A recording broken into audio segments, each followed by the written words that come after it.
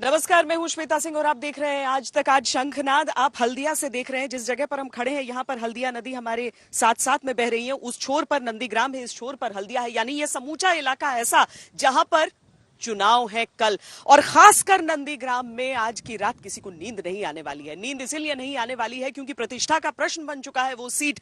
ये सवाल बन चुका है कि बंगाल के मुख्यमंत्री का फैसला क्या वहां से होता है? क्या ममता दीदी वहां के लोगों की पसंद है या फिर शुभेंदु दादा? इन सारे सवालों का जवाब तलाशने के लिए कम से कम नंदीग्राम की जनता ने तो फैसला कर लिया होगा, लेकिन उसके लिए 2 मई का इंतजार करना होगा। लेकिन उससे पहले बहुत तरह के सवाल उठाए जा रहे हैं। सवाल सुरक्षा को लेकर उठाए जा रहे हैं, सवाल इस बात को लेकर उठाए जा रहे हैं कि कौन किसके मन में डर डाल रहा है। सवाल गोत्र के भी हैं, जवाब धर्म के भी है। इन सारी चीजों के बीच नंदीग्राम क्या कह रहा है, सुनिए।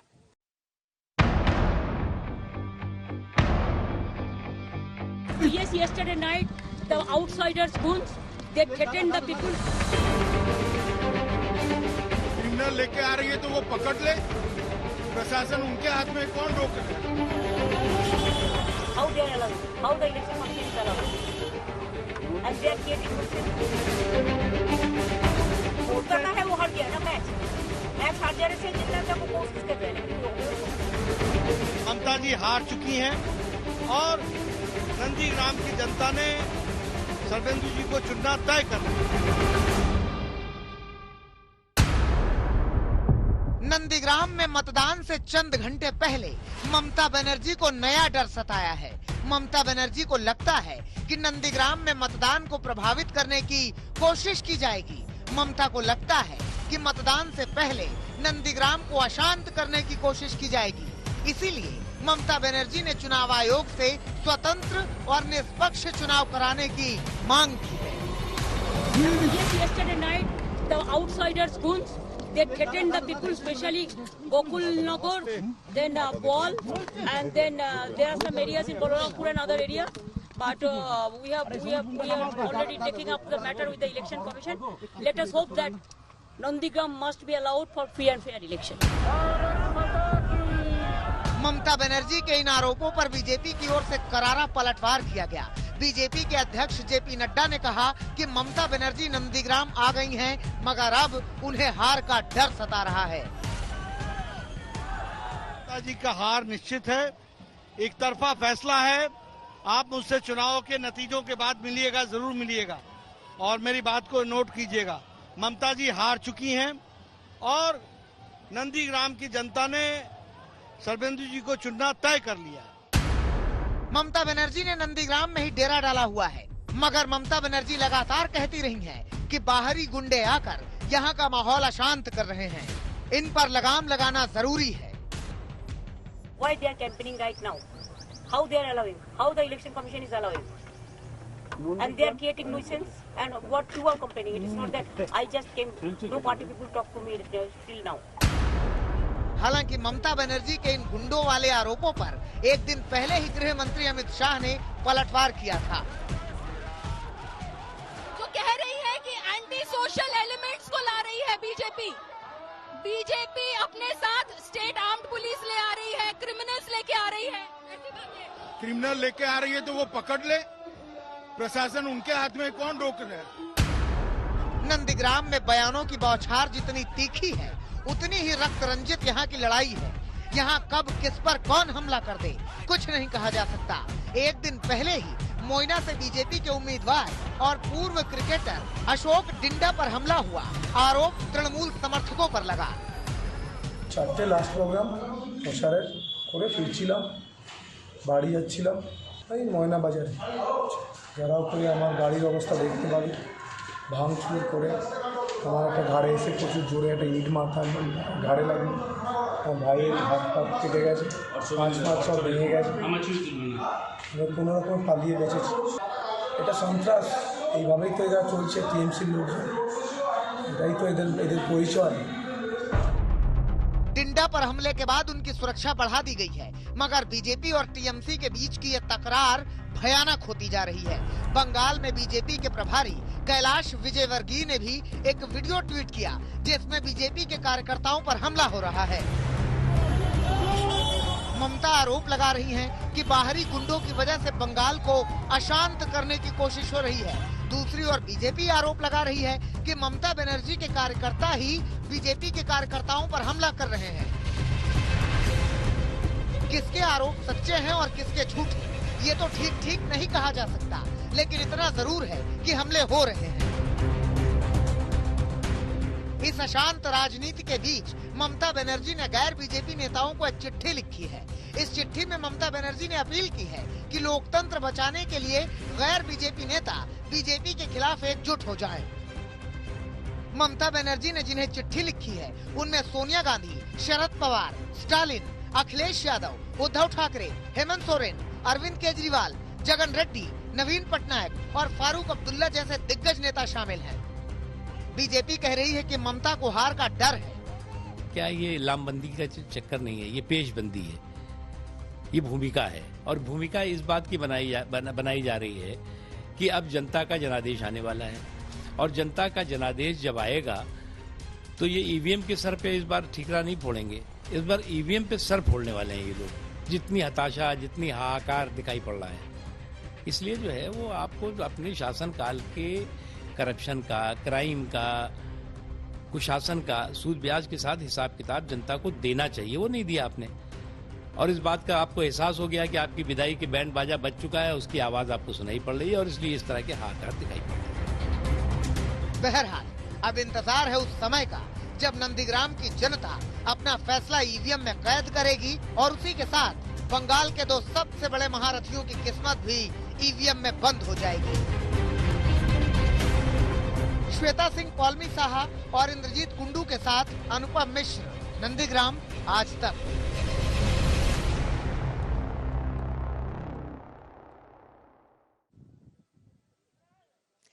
ममता बनर्जी का गढ़ या शुभेंदु अधिकारी का आंगन क्या साबित होने वाला है नंदीग्राम, लेकिन इसके साथ वहां की सुरक्षा व्यवस्था कैसी है। 8 चरणों में जब बंगाल का मतदान होगा, यह ऐलान किया गया था चुनाव आयोग द्वारा, तब से ममता बनर्जी बहुत परेशान थी और बहुत नाराज थी इस बात को लेकर कि क्या ये पश्चिम बंगाल की कानून व्यवस्था पर एक तरह से सवाल उठाया जा रहा है। लेकिन चुनाव आयोग की तरफ से स्पष्ट किया गया था कि सुरक्षा व्यवस्था के मद्देनजर ये फैसले लिए गए हैं। ये समूचा इलाका जिस तरह से संवेदनशील माना जाता है, और नंदीग्राम के भीतर के वो इलाके जो अति संवेदनशील की श्रेणी में आते हैं, वहां पर किस तरीके से सुरक्षा कर्मियों की तैनाती की गई है, किस तरीके से चप्पे चप्पे पर सीएपीएफ के जवान तैनात हैं, और एक एक बूथ को किस तरीके से सुरक्षा के एक चक्र में घेरा गया है, वो भी देखना जरूरी है।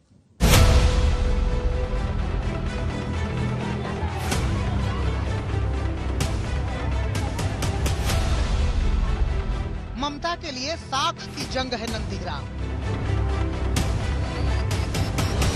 शुभेंदु के लिए अस्तित्व की लड़ाई है नंदीग्राम, सियासत के खूनी खेल का मैदान है नंदीग्राम, चुनाव आयोग के लिए शांतिपूर्ण मतदान की चुनौती है ये नंदीग्राम।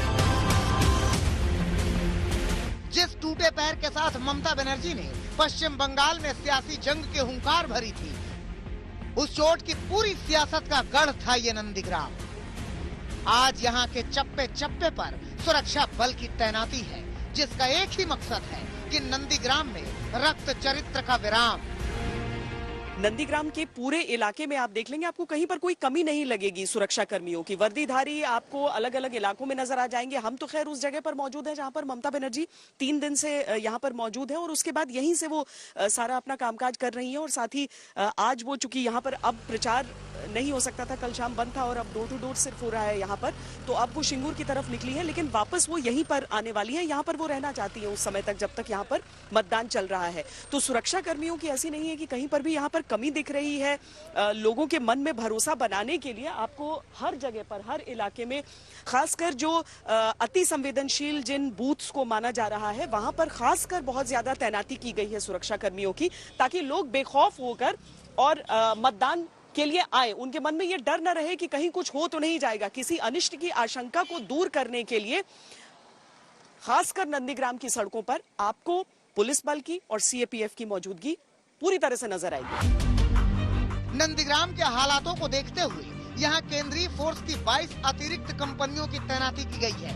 355 संवेदनशील बूथों को चिन्हित किया गया है, जहां वेबकास्ट की सुविधा है, जिस पर नजर रखने के लिए 3 लोग होंगे, जिसके लिए 10 सेक्टर ऑफिस बनाए गए हैं और 22 क्विक रिस्पांस टीम की तैनाती है।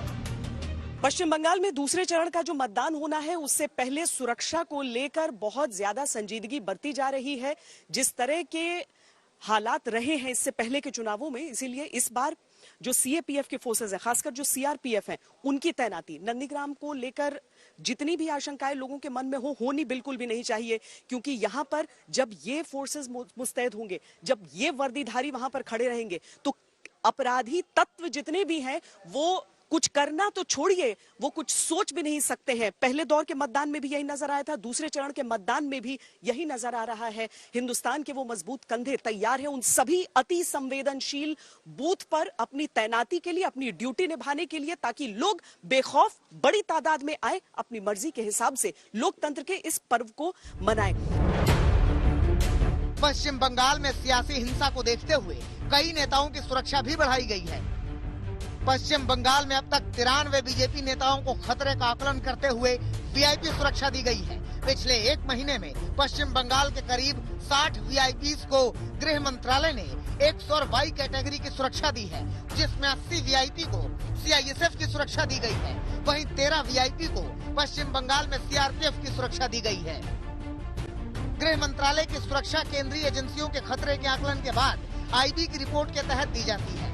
इस सुरक्षा में केंद्रीय गृह मंत्रालय के आदेश पर एनएसजी, सीआरपीएफ, सीआईएसएफ और आईटीबीपी के जवान की तैनाती की जाती है। अलग अलग वीआईपी को सुरक्षा के ब्लू बुक के आधार पर कड़ी सुरक्षा मिलती है।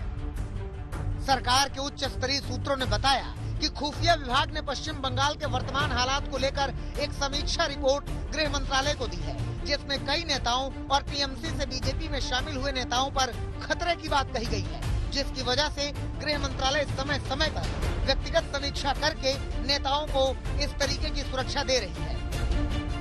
इस बीच चुनाव आयोग भी कल नंदीग्राम में होने वाले मतदान को लेकर पूरी तरह से तैयार है।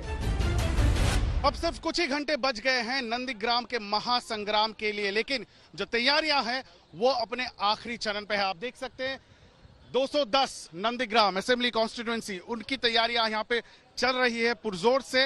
ये है ईवीएम डिस्ट्रीब्यूशन सेंटर, हल्दिया के एसडीओ ऑफिस के ठीक बाहर यहाँ पे बनाया गया है ईवीएम डिस्ट्रीब्यूशन सेंटर। और जितने भी कर्मचारी हैं, सरकारी कर्मचारी हैं जो इस वोट को परिचालना करेंगे, वो यहाँ पे भारी तादाद में सुबह से अपने काम में जुड़ गए हैं। सबको ईवीएम दिया जा रहा है। सिक्योरिटी नहीं है, কতটা আশ্বস্ত?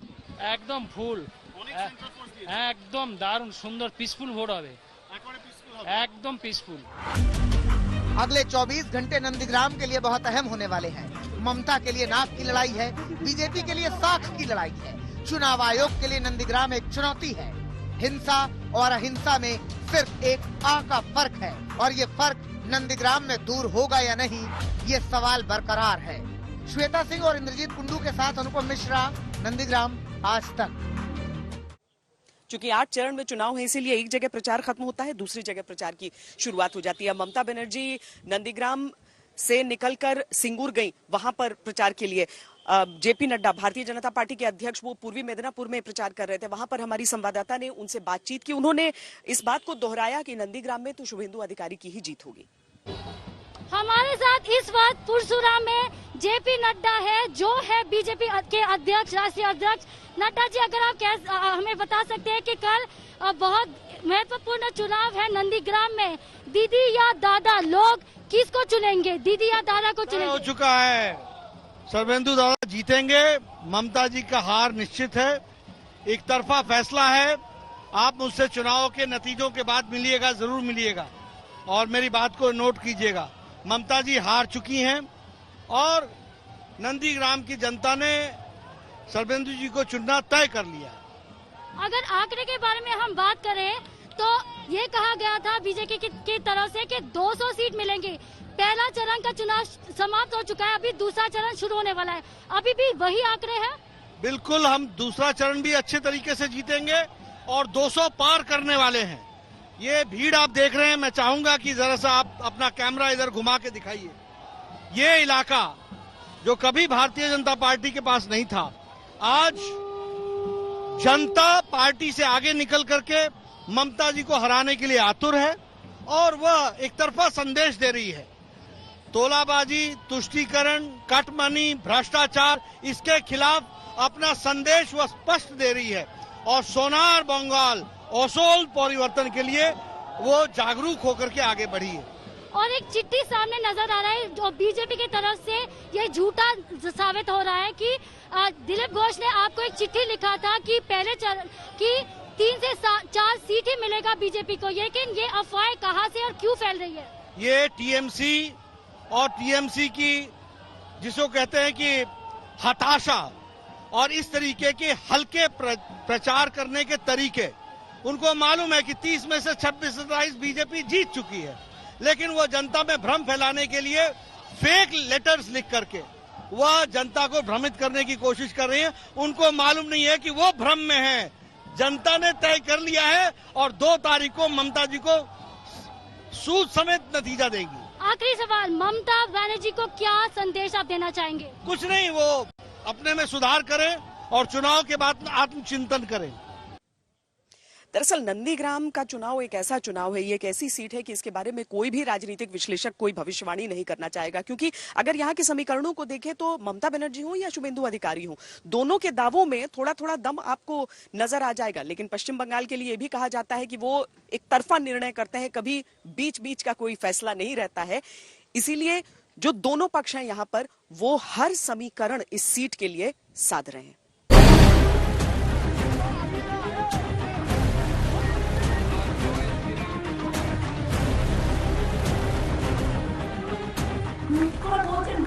क्या हाल है तुम्हारा? यूपी का क्या हाल है? महाराष्ट्र का क्या है? दिल्ली का क्या है?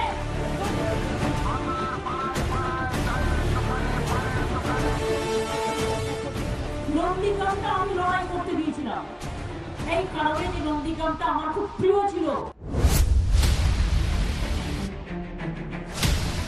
नंदीग्राम की चुनावी लड़ाई किसी के लिए भी आसान नहीं है, फिर चाहे वो ममता बनर्जी हो जिन्होंने नंदीग्राम में चुनाव लड़ने का बड़ा चैलेंज लिया है, और फिर चाहे बीजेपी जो शुभेंदु अधिकारी के लिए हर तरह का जोर लगा रही है और नंदीग्राम में ही ममता बनर्जी को घेर लेने का चक्रव्यूह बना चुकी है। बंगाल की जनता ने बता दिया है, ममता जी का जाना तय है, भारतीय जनता पार्टी का आना तय है। इस बात को भी हमको ध्यान रखना है। नंदीग्राम में बीजेपी के पक्ष में जो बात जाती है, उसने 2016 के विधानसभा चुनाव से 2019 के लोकसभा चुनाव तक इस सीट पर 5 गुना ज्यादा वोट हासिल किए हैं।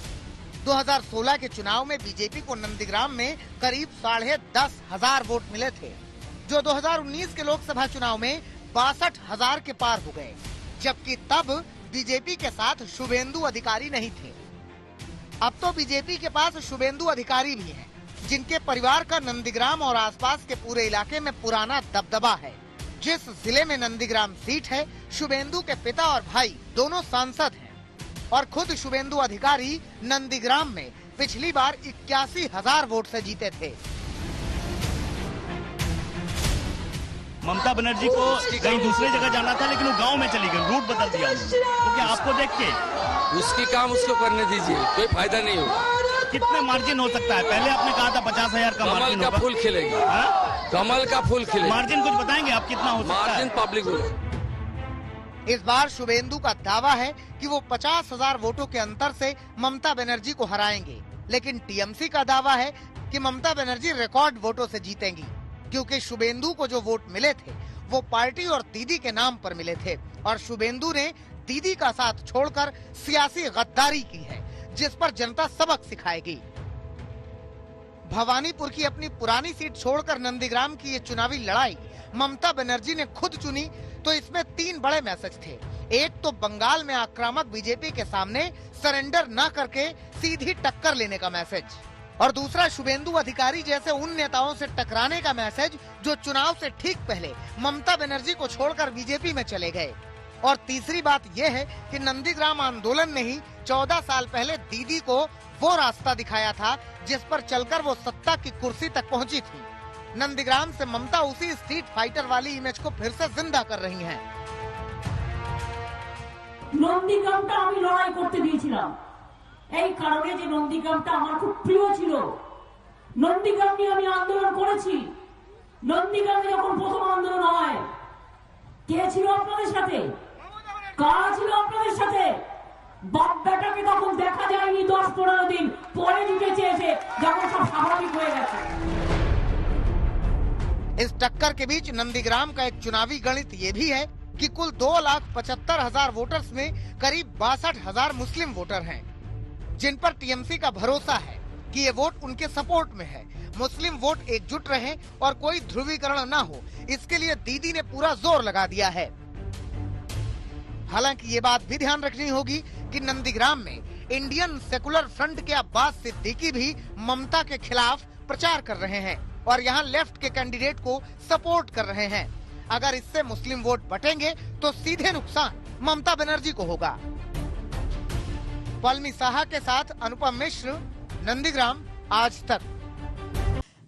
दरअसल बंगाल के चुनावों में मुद्दे तमाम रहे, लेकिन जिस तरीके से पिछले कुछ समय में ममता बनर्जी, जो अभी तक धर्मनिरपेक्षता की झंडाबरदार थी, उन्होंने पहले मंच से चंडी पाठ किया और उसके बाद नंदीग्राम में चुनाव प्रचार खत्म होते होते उन्होंने अपना गोत्र तक बतला दिया। इससे बहुत सारे सवाल खड़े हुए। और जहां तक सियासत है, सियासत तो सवाल उठाने में माहिर है। इस समय राजनीति जोरों पर हो रही है गोत्र वाले इस मुद्दे पर। মামাটি মানুষ গোত্র, আজকেও তিনি যখন আমায় জিজ্ঞেস করলেন, আমি বললাম দেখুন আমার তো একটা পার্সোনাল গোত্র আছে, সেটা সান্ডিল্য। नाम ममता बनर्जी, धर्म हिंदू, जाति ब्राह्मण, गोत्र शांडिल्य। जो ना जानता हो जान ले, जिसने सुना ना हो सुन ले, जिसे जैसे मानना है मान ले। सुन लो बंगाल वालों, सुन लो नंदीग्राम वालों, दीदी का धर्म, दीदी का गोत्र दीदी खुद बता रही। बंगाल में दूसरे चरण के मतदान से 2 दिन पहले दीदी को याद आया है अपना गोत्र। याद ही नहीं आया है, उन्होंने बताना भी जरूरी समझा है। আমি ত্রিপুরায় ত্রিপুরেশ্বরী মন্দিরে পুজো দিতে গিয়েছিলাম। সেদিন আমার সাথে যারা ছিলেন তারা জানেন, আমাকে জিজ্ঞেস করেছিলেন পুরোহিত মহাশয়, মা তোমার গোত্রটা কি? আমি বলে ফেলেছিলাম মামাটি মানুষ গোত্র। আজকেও তিনি যখন আমায় জিজ্ঞেস করলেন, আমি বললাম দেখুন আমার তো একটা পার্সোনাল গোত্র আছে, সেটা সান্ডিল্য, কিন্তু আমি মনে করি আমার গোত্র মামাটি মানুষ গোত্র। धर्मनिरपेक्षता वाली राजनीति का अलंबरदार रही ममता बनर्जी अब तक तो मां माटी मानुष की बात करती थी, लेकिन इस विधानसभा चुनाव में ममता बदली बदली से नजर आ रही। कई बार दीदी मंच पर चंडी पाठ करते नजर आई। मुंडो बोधे देवी। और अब जब ममता बनर्जी ने बंगाल की सियासत को गोत्र के मुकाम पर पहुंचाया तो विरोधी खेमा सतर्क हो गया। बीजेपी की तरफ से भी जवाबी तीर चले। में कोई जीरो होता है तो पंगे में हीरो बन जाता है। तो आज जो है वो तृणमूल कांग्रेस और उनकी लीडर की स्थिति ये है कि परफॉर्मेंस में जीरो, पंगे में हीरो, और उनको गोत्र याद आ गया इसी में। और ये लोग वो है उस तरह के सेकुलरिज्म के सियासी सूरमा जो रूम में टोपी और रोड पे तिलक का अभी तक पॉलिटिकल पाखंड और प्रपंच करते रहे हैं। चुनाव के रिजल्ट से पहले उन्होंने अपनी हार मान ली है। जनता से टूट गए हैं और पैरों तले जमीन कितनी खिसक गई है और हार का डर कितना है, इसी का ये सारा उदाहरण है। और इसलिए अब ऐसे कोई दाव या ऐसे पेच नहीं चलेंगे। अपनी एक रैली में ममता बनर्जी ने खुद को शांडिल गोत्र का बताया तो अपने नाम के आगे शांडिल लिखने वाले केंद्रीय मंत्री गिरिराज सिंह का पारा हाई हो गया। उन्होंने ममता से पूछ लिया कि कहीं वो रोहिंग्या और घुसपैठियों का गोत्र शांडिल तो नहीं बता रही हैं। ममता दीदी, मुझे कभी समझ में नहीं आया कि मोदी जी के डर से आपने गोत्र तो बता दिया, लेकिन आज तक आपने शांडिल गोत्र वालों को इतना तंग और तबाह क्यों किया? जो दुर्गा मूर्तियों को विसर्जन के लिए लाठियां खाते थे, कोर्ट के शरण में जाते थे, रामनवमी में जय श्री राम बोलने के लिए लाठियां खाते थे, आज भी जय श्री राम बोलने पर आपको गुस्सा आता है। ये कौन थे? ये तो शांडिल गोत्र ही थे। बीजेपी के फायर ब्रांड नेता गिरिराज सिंह के इस बयान पर टीएमसी की फायर ब्रांड सांसद महुआ मोइत्रा ने करारा जवाब देते हुए ट्विटर पर लिखा, केंद्रीय मंत्री गिरिराज सिंह ममता का गोत्र रोहिंग्या बताते हैं। शाबाश, चोटी वाला राक्षस गोत्र होने से तो बहुत बेहतर है। बीजेपी और टीएमसी में गोत्र पर राजनीति गहराई तो असदुद्दीन ओवैसी भी मैदान में आ गए। उन्होंने पहले तो ममता पर हमला बोलते हुए ट्वीट किया। अपने ट्वीट में ओवैसी ने लिखा, मेरे जैसे लोगों का क्या होगा जो ना शांडिल्य या जनेऊधारी है, किसी भगवान के भक्त भी नहीं है, चालीसा भी नहीं पढ़ते, पाठ भी नहीं करते। हर पार्टी को लगता है कि उसे जीतने के लिए अपनी हिंदू पहचान दिखानी होगी। ये सिद्धांतहीन और अपमानजनक है, ये सफल नहीं होगा। I condemn her statement wherein she is claiming to be from an upper caste. She is practicing same politics of communalism which is being practiced by Narendra Modi and BJP. I don't find any difference between what she is saying in this election and in her own election campaign and what BJP is doing. So Mamata Banerjee and Narendra Modi are made for each other. Mamata Banerjee ने बहुत सोच समझकर गोत्र का card चला है, क्योंकि उन्हें भरोसा है कि मुस्लिम उनका साथ नहीं छोड़ेंगे। लेकिन वो जानती हैं कि जीत के लिए तो हिंदू वोट भी जरूरी है। अल्पसंख्यक वोटर जहां ममता के पक्ष में हैं, तो हिंदू वोटर शुभेंदु के पक्ष में। और इसी हिंदू वोटर को तोड़ने के लिए ममता बनर्जी लगातार मंच से मंत्रोच्चार कर रही हैं और इसी कड़ी में उन्होंने अपना गोत्र तक बताया है ताकि हिंदू वोटर्स को तोड़कर लाभ उठाया जा सके। कैमरामैन तापस बायरी के साथ अनुपम मिश्र, आज तक, नंदीग्राम। ममता बनर्जी की परेशानी दरअसल लाजमी है। भारतीय जनता पार्टी जो अपना उन पर प्रहार करती रही है, वो उन्हें बार बार एक खास धर्म के समर्थन का आरोप उन पर लगाती रही है, हिंदुओं के खिलाफ होने का आरोप लगाती है। और नंदीग्राम की आबादी को अगर आप देखेंगे तो 74% जो आबादी है यहाँ की वो हिंदुओं की है। अब ममता बनर्जी को संकट ये है कि कहीं हिंदू वोटों का ध्रुवीकरण न हो जाए। शुभेंदु अधिकारी वैसे भी एक ऐसे नेता रहे हैं जो नंदीग्राम से ही हैं और वहां के सभी आंदोलनों से और खासकर जमीनी तौर पर वहां पर जुड़े हुए हैं। तो इन सारी चीजों को देखते हुए ममता बनर्जी जो कर रही हैं वो सियासी तौर पर उनके लिए लाजमी है। ला इलाहा इल्लल्लाह मोहम्मद रसूलुल्लाह, God is good and God is great. Boy गुरु जी का खालसा, बॉय गुरु जी का फतेह। ओम सर्वमंगल मंगल्ये शिवे सर्वार्थ साधिके शरण्ये त्र्यंबके गौरी नारायणी नमस्तुते। আমি বললাম দেখুন আমার তো একটা পার্সোনাল গোত্র আছে, সেটা সান্ডিল্য। 10 साल तक पूरे तेवर के साथ बंगाल पर राज करने वाली ममता बनर्जी को आखिर अचानक अपना गोत्र क्यों याद आ गया? 10 साल तक माँ, माटी और मानुष की बात करने वाली ममता ने मतदान की तारीख आते आते हिंदुत्व का चोला क्यों पहन लिया? इसे भी समझने की जरूरत है। नंदीग्राम में 26% मुस्लिम वोट हैं, जिन पर ममता बनर्जी को पूरा भरोसा है कि उन्हीं के खाते में जाएंगे, जबकि नंदीग्राम में 74% हिंदू वोटर हैं। ममता को डर है कि कहीं नंदीग्राम में ध्रुवीकरण न हो जाए और हिंदू वोट बीजेपी की तरफ शिफ्ट न हो जाए। दीदी का तो विश्वास है कि जय श्री राम को बोलने पर प्रतिबंध लगा हो। बंगाल के हिंदू वोटों पर बीजेपी की निगाह पहले से ही जमी थी। यही वजह है कि योगी आदित्यनाथ जैसे हिंदुत्ववादी नेता बंगाल में अपनी आवाज बुलंद करते रहे। जय श्री राम। ममता दीदी भी अब मंदिर में जाकर के चंडी पाठ कर रही है। ये परिवर्तन है ना, ये है नया भारत। हर व्यक्ति को भगवान की शरण में जाना ही पड़ेगा। बंगाल में हिंदुत्व की अंतरधारा का एहसास ममता को भी था। उन्होंने नामांकन से पहले नंदीग्राम के शिव मंदिर में पूजा की। उधर उनके प्रतिद्वंदी शुभेंदु अधिकारी ने भी 11 मार्च को सिंहवाहिनी मंदिर में पूजा कर नामांकन दाखिल किया था। इस चुनाव में हिंदुत्व की छाप साफ दिखाई दे रही थी। ममता बनर्जी मंदिर मंदिर गई तो करीब करीब हर मंच पर दुर्गा सप्तशती का पाठ करती नजर आई। ममता नहीं चाहती कि हिंदू वोट उनसे दूर छिटक जाए, लिहाजा उन्होंने पूजा पाठ से लेकर मंत्र पाठ तक कोई जतन नहीं छोड़ा। मामला अब गोत्र बताने तक आ पहुंचा।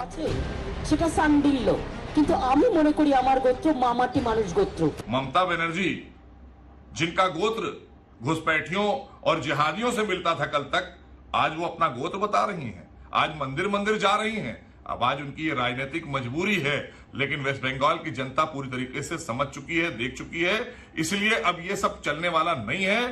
ममता बनर्जी को पता था कि बीजेपी का एक धड़ा इस चुनाव में हिंदुत्व के मुद्दे को गरमा रहा है। ममता भी हिंदुत्व को साधने में लगी रही, लेकिन ख्याल रहा कि मुस्लिम वोट बैंक कहीं खिसक न जाए, लिहाजा मंच पर कलमा भी उन्होंने पढ़ा। আল্লাহ তাআলার কাছে দোয়া চেয়ে বলবো লা ইলাহা ইল্লাল্লাহ মুহাম্মদ রাসূলুল্লাহ। জয় শ্রী রাম, জয় श्री राम। बंगाल की लड़ाई गोत्र तक आ गई। इसकी बानगी तो 23 जनवरी को ही मिल गई थी, जब नेताजी सुभाष चंद्र बोस की 125वीं जयंती पर हुए कार्यक्रम में मोदी की मौजूदगी में जय श्री राम के नारे लग गए, जिस पर ममता ने मंच पर ही नाराजगी जता दी थी।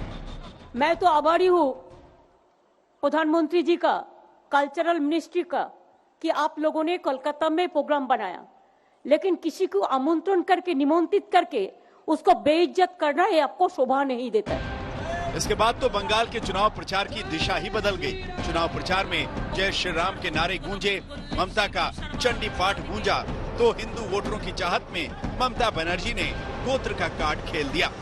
कोलकाता से अनुपम मिश्रा के साथ इंद्रजीत कुंडू, नंदीग्राम, आज तक। আমি বললাম দেখুন আমার তো একটা পার্সোনাল গোত্র আছে। चुनावी हिंदू होने का आरोप केवल ममता बनर्जी पर नहीं लगाया जा रहा है, चूंकि पश्चिम बंगाल ही नहीं असम में भी चुनाव है और असम में कामाख्या देवी के दर्शन के लिए राहुल गांधी पहुंच गए, तो राहुल गांधी पर भी प्रहार किया बीजेपी ने और सीधे तौर पर यह कहा कि जब चुनाव होते हैं तभी क्यों राहुल गांधी को मंदिरों की याद आती है।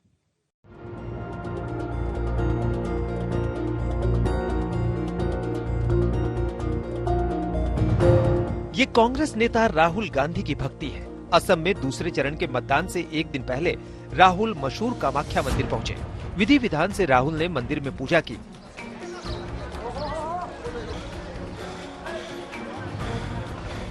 छत्तीसगढ़ के मुख्यमंत्री भूपेश बघेल के साथ राहुल कामाख्या मंदिर में पहुंचे थे। सफेद कुर्ता पैजामा में राहुल गांधी कंधे पर असमिया गमछा डाले मंदिर में पहुंचे थे। राहुल ने मां कामाख्या के दर्शन किए, पूजा पाठ किया और मंदिर की परिक्रमा भी की।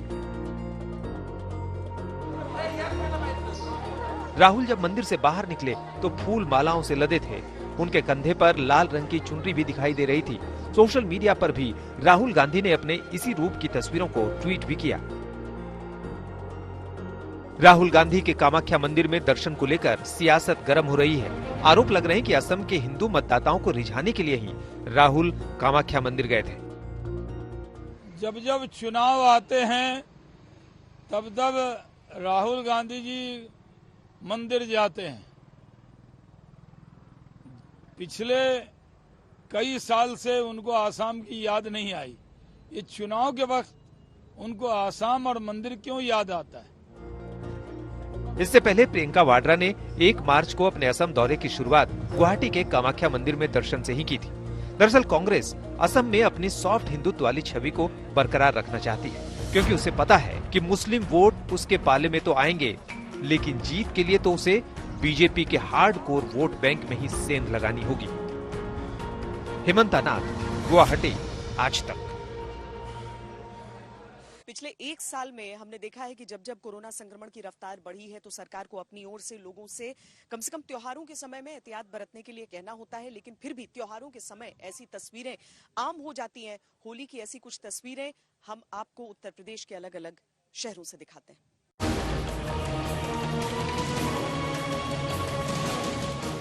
कौन कहता है कि कोरोना का डर है? कौन कहता है कोरोना का एहतियात है? कौन कहता है हमें कोरोना से बचना है? सावधानी कुल है, कोरोना फुल है। तस्वीरें पुराने प्रयागराज शहर की है। होली की मस्ती में सैकड़ों लोगों की भीड़ एक दूसरे से सटकर जश्न में डूबी है। इतने करीब लोग कि रोड से किसी का गुजरना भी मुश्किल है। अब जरा ये 2 तस्वीरें देखिए। एक तरफ जश्न है तो दूसरी तरफ कोरोना से खराब होते हालात। उत्तर प्रदेश में लगातार केस बढ़ रहे हैं, लेकिन प्रयागराज के पुराने शहर में मानो लोगों को कोरोना का ना तो डर है और ना ही वो कोई एहतियात बरतना चाहते हैं। भीड़ इस कदर जश्न में डूबी है कि यहाँ 2 गज की दूरी या मास्क की बात करना भी बेमानी है। ये उसी प्रयागराज शहर की तस्वीरें हैं जहां कोरोना लगातार बढ़ता जा रहा है। मंगलवार को सबसे ज्यादा प्रकोप वाले यूपी के शहरों में चौथे नंबर पर रहा था प्रयागराज। मंगलवार को 24 घंटे में 36 लोग यहां कोरोना संक्रमित हो गए। लेकिन लोगों को ना आंकड़ों से मतलब है और ना ही कोरोना से। अब जरा दिल्ली के करीबी शहर मथुरा का हाल देखिए।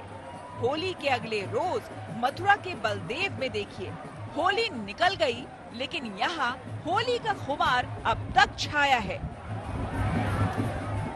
कोरोना से बेपरवाह यहाँ देवर भाभी होली मन रही है। प्रयागराज की ही तर्ज पर सैकड़ों लोगों की भीड़ और कोरोना फैलने के खतरे के बाद भी खुशियां मनाते लोग। मथुरा के एक और मंदिर में भी होली पर कुछ ऐसी ही भीड़ दिखी। हर कदम पर कोरोना गाइडलाइंस की अनदेखी होती रही। कोरोना के केस बढ़ते रहे, जश्न मनता रहा। ना कोई रोक टोक, ना कोई सावधानी। असल में सवाल आस्था, जश्न या त्योहार पर नहीं है, लेकिन जब देश बड़ी और संक्रामक बीमारी से जूझ रहा हो तो सवाल लाजमी है। जरा यूपी के सिर्फ मंगलवार के कोरोना के आंकड़ों पर नजर डाल लीजिए। 7 दिन में यूपी में दुगने हो गए हैं कोरोना केस। अब जरा फिर से इन तस्वीरों को देखिए।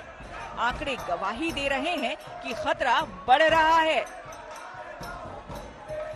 एक दिन में यूपी में 918 नए केस आए। 24 मार्च को यूपी में 5388 केस थे। मंगलवार यानी 30 मार्च को तादाद 9195 हो गई। कोरोना पर बयानबाजी हो रही है, लेकिन सावधानी नदारत है। गवर्नमेंट के नियम हैं और जो उत्तर प्रदेश सरकार ने अपने नियम यहाँ पर लागू किए, सबका हम कड़ाई से अनुशासनात्मक ढंग से पालन करेंगे। और हमारे जनता से भी आग्रह है कि सब लोग, जो लोग अनुमन्य हैं, उन सब लोग अपना वैक्सीनेशन कराएं। मुझे एक बात समझ में नहीं आती, जब बिहार में इलेक्शन हो रहा था तो वहाँ पे कोरोना नहीं था, तो भारतीय जनता पार्टी बड़ी बड़ी रैलियां कर रही थी। आज वेस्ट बंगाल में भारतीय जनता पार्टी बड़ी बड़ी रैलियां कर रही है, चाहे वो गृह मंत्री हो, चाहे और कोई मंत्री हो। तो क्या इन लोगों के समझ में नहीं आता कि कोरोना तेजी से फैल रहा है? यूपी में संकट लगातार बढ़ रहा है। कुंभ पर भी संकट के बादल छा रहे हैं। हरिद्वार से सटे एक आश्रम में 32 और ऋषिकेश के एक होटल में 83 मामले आ चुके हैं। कुंभ में आयोजन होने जा रहा है, ऐसे में श्रद्धालु जगह जगह से आएंगे, तो संक्रमण ना फैले उसके पुनः मैं सबसे अनुरोध करना चाहूंगा कि सभी लोग मास्क पहने और प्रॉपर तरीके से पहने। जाहिर तौर पर यूपी में कोरोना दबे पांव बढ़ रहा है, लेकिन तस्वीरें बता रही है कि लोग समझने संभलने के लिए तैयार ही नहीं है। प्रयागराज से पंकज श्रीवास्तव के साथ आज तक ब्यूरो। कोरोना को लेकर लोगों की सजगता पर हमारे संवाददाताओं ने ये रियलिटी टेस्ट आपके लिए किया।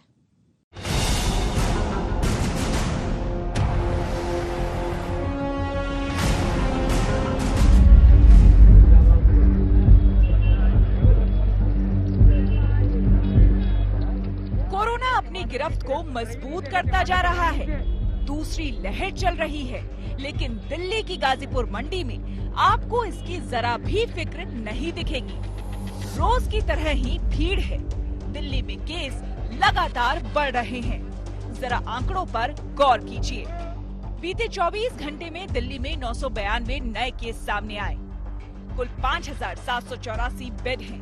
इनमें 1584 भर चुके हैं और एक्टिव केस 7429 हो चुके हैं। दिल्ली के भीड़ वाले इलाके सुपर स्प्रेडर बन गए हैं।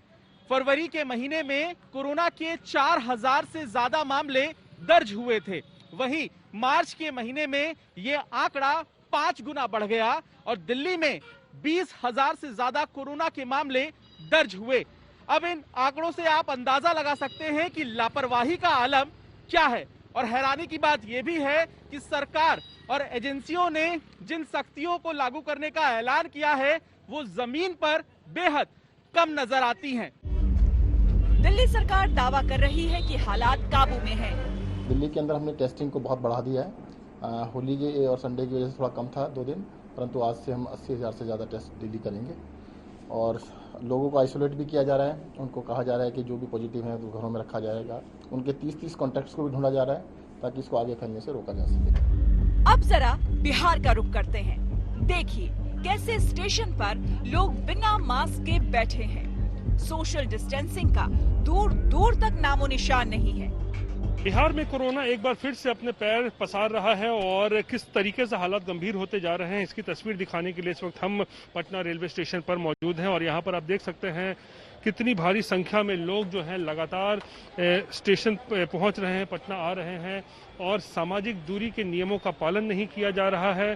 कई लोगों ने जो है वो मास्क तक नहीं जो है वो पहना हुआ है और इससे जो है होली के दौरान जब भी हमने देखा पिछले कुछ दिनों से लगातार बाहर दूसरे प्रदेशों से लोग आ रहे थे, उसके वजह से बिहार में भी जो माना जा रहा है कि कोरोना के जो संक्रमित मरीज हैं उनकी संख्या में जो है जबरदस्त जो है वो बढ़ोतरी हुई है।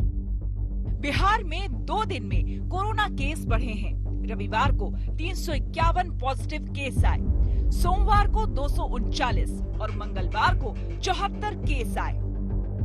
मध्य प्रदेश में भी लापरवाही दिख रही है। सड़कों पर गाड़ियों की रेलम पेल है।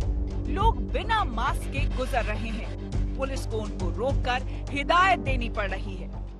मध्य प्रदेश में कोरोना संक्रमण का ग्राफ तेजी से बढ़ता जा रहा है। आपको बताएं कि मध्य प्रदेश में 24 घंटों के दौरान कुल 2173 नए मामले सामने आए हैं, तो वहीं 10 लोगों की इससे मौत हुई है।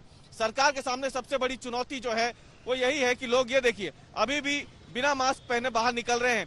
पुलिसकर्मी सबसे बात भी कर रहे हैं और उन्हें टोक भी रहे हैं बिना मास्क बाहर निकलने पे, क्योंकि मध्य प्रदेश में संक्रमण की रफ्तार इतनी ज्यादा हो चुकी है कि अब खुद मुख्यमंत्री शिवराज सिंह चौहान के निर्देश पे मेरी सुरक्षा मेरा मास्क अभियान पूरे मध्य प्रदेश में चलाया जा रहा है। सरकार का अंदाजा है कि मध्य प्रदेश में यही हाल रहा तो 25 अप्रैल को 56,897 केस होंगे। फिलहाल एक्टिव केस 15,150 हैं। चंडीगढ़ की सब्जी मंडी में भी भीड़ भाड़ दिखी और लोग बिना मास्क के दिखे, जबकि पंजाब टॉप के 5 राज्यों में शुमार है जहां कोरोना केस सबसे ज्यादा बढ़ रहे हैं। पंजाब में पिछले 48 घंटों में 5,000 से ज्यादा कोरोना के रोगी मिले हैं। 164 लोगों की मौत हुई है। फिलहाल पंजाब की राजधानी चंडीगढ़ में हम मौजूद हैं और जिस जगह पर हम खड़े हुए हैं इस सेक्टर में भी कई जगह पर कैंटोनमेंट जोन बनाए गए हैं। आप देख सकते हैं यहाँ पर म्युनिसिपल कॉरपोरेशन की गाड़ी है, पुलिस भी मौजूद है, लेकिन कोरोना से लोग कितने बेखबर हैं इसका अंदाजा भी आप कम से कम यहाँ पर लगा सकते हैं कि लोगों ने चेहरे पर मास्क लगाए हुए हैं, लेकिन हकीकत क्या है ये देखिए, जब कैमरा जाता है तो लोग मास्क लगाने की कोशिश करते हैं। हर राज्य में कम या तेज रफ्तार से कोरोना के मामले बढ़ रहे हैं। कोई राज्य इस बढ़त से अछूता नहीं है। दबे पांव बढ़ता कोरोना कभी भी अचानक बड़े खतरे में तब्दील हो सकता है, लेकिन हाल फिलहाल इसकी फिक्र नजर नहीं आती। लखनऊ से समर्थ, पटना से रोहित कुमार सिंह, चंडीगढ़ से सतेंद्र, भोपाल से रवीश पाल सिंह, दिल्ली से पंकज जैन के साथ आज तक ब्यूरो। पश्चिम बंगाल से शंखनाद में आज के लिए इतना ही। देश और दुनिया की बाकी खबरों के लिए आप देखते रहिए आज तक।